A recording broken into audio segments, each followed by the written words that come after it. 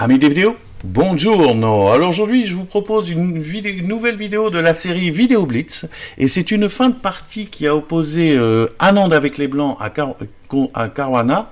Cette partie a été jouée il y a quelques mois au tournoi de Saint-Louis. Tournoi d'ailleurs brillamment remporté par notre numéro 1 français, Maxime Vachier-Lagrave.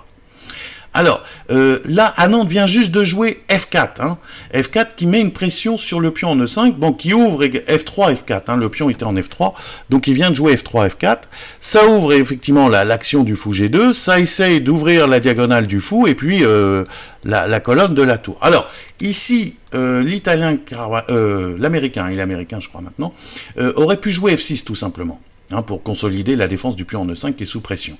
Mais, il a vu une idée d'attaque, et il sacrifie donc son pion en E5 pour obtenir une contre-attaque. Mais Anand va voir comment réfuter cette attaque et va rentrer dans toute l'idée de Caruana. Alors on va voir comment.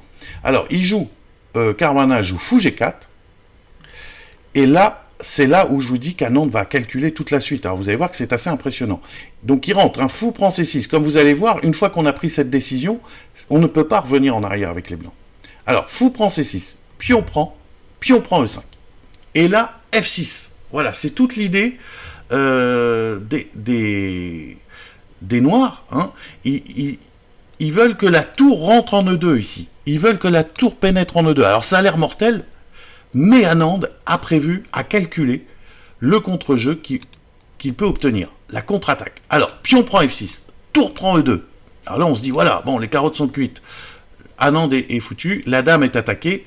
Je menace mat en H2. Mais non, Anand avait tout prévu. F7 échec, roi F8 et fou prend G7. Alors premier petit ressource tactique, hein, ça lui permet comme ça de gagner un temps en jouant dame C3 échec, évidemment, puisque là il faut prendre. Hein. Alors dame C3, fou, roi prend G7, dame C3 échec. Là, évidemment, il est hors de question de jouer le roi, hein, parce qu'on ne peut pas jouer roi F8 à cause de dame H8 échec, suivi de promotion dame. En faisant échec, bien sûr. Hein.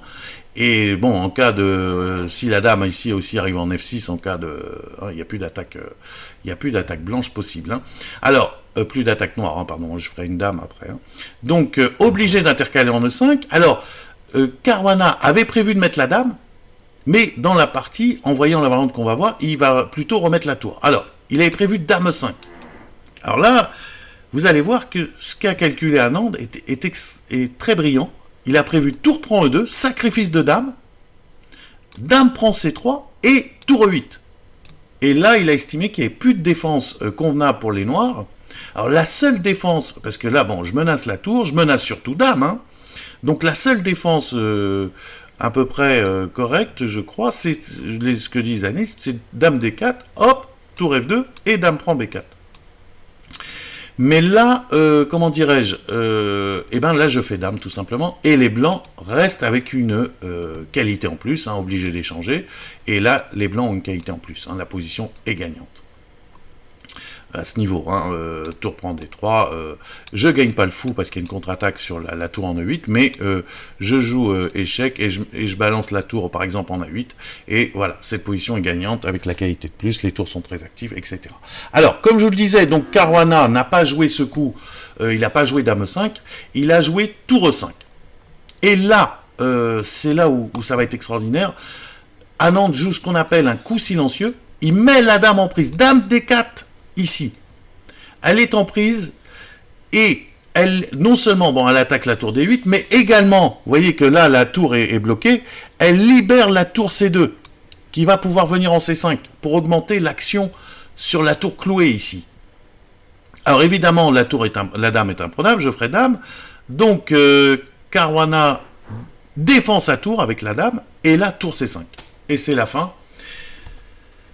Le pauvre Caruana, il se fait, voilà, il n'y a plus de coups, alors il fait tour prend D4, dame, roi G6 et dame F7, abandon, hein, tour F6 va suivre, voilà, il n'y a plus rien à faire. Donc une très très jolie fin de partie, et je vous dis que là, tout a été calculé dans cette position, par les deux joueurs, hein, Caruana pour jouer fou G4, et Anand, c'est peut-être un peu plus facile pour Anand, parce qu'il avait un demi-coup à moins à calculer, pour sa décision, à faire fou prend C6 lorsqu'il a pris sa décision à jouer fou prend C6.